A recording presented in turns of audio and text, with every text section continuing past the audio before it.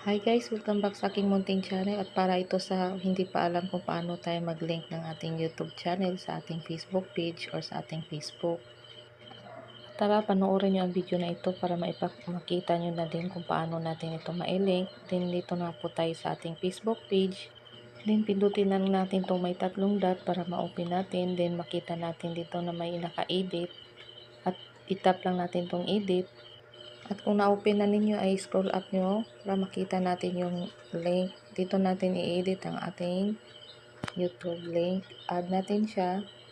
Then ito na ang makikita natin. Pindutin lang natin ang add social link. Then platform. Piliin natin ang ating YouTube. Pwede din TikTok at iba pa.